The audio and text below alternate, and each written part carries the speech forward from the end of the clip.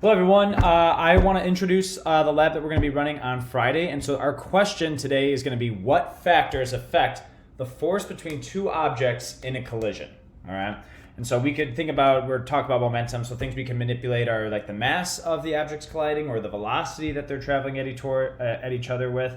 And so if you guys head to page 18, this lab is on page 18 and 19. Page 18 is really just predictions.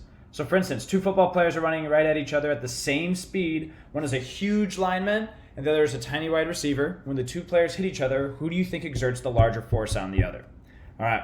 So I wanted to kind of bring these predictions to life, at least this first one. So I don't know if anyone's ever seen the movie The Waterboy. It's one of my favorite movies when I was growing up. And we're not going to have a wide receiver. Well, kind of a wide receiver, but it's more of a towel boy. So we have a really tiny towel boy and a really massive linebacker going at each other. And so as you watch this, I want you to think, who experiences the larger force? All right? Is it the towel boy, the linebacker, or both? Annual Bourbon Bowl. But not only has the Waterboy changed SCLSU's fortunes, he's got other teams looking around the sidelines for talent.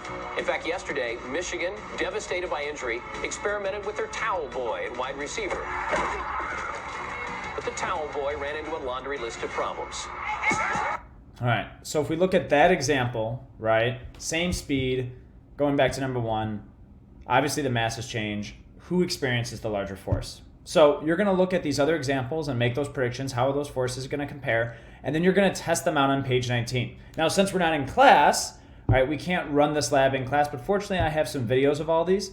And so you don't have to worry about setting up this graphical analysis or things like that, but you're going to get results that look something similar to this, where you're going to have two kind of lines, one going up and the other one going down. That makes sense because one's going to experience a force going that way, and the other one, when they collide, is going to experience the force going that way. So this is the negative force, this is the positive force, and we can compare the size of those forces in terms of which one experiences the greater force. All right, so if you head to my website here, and you look at scenario number 2, that's right here, number 2, right? The scenario is actually just copy and pasted, and you could see the results of the experiment by watching this video right here.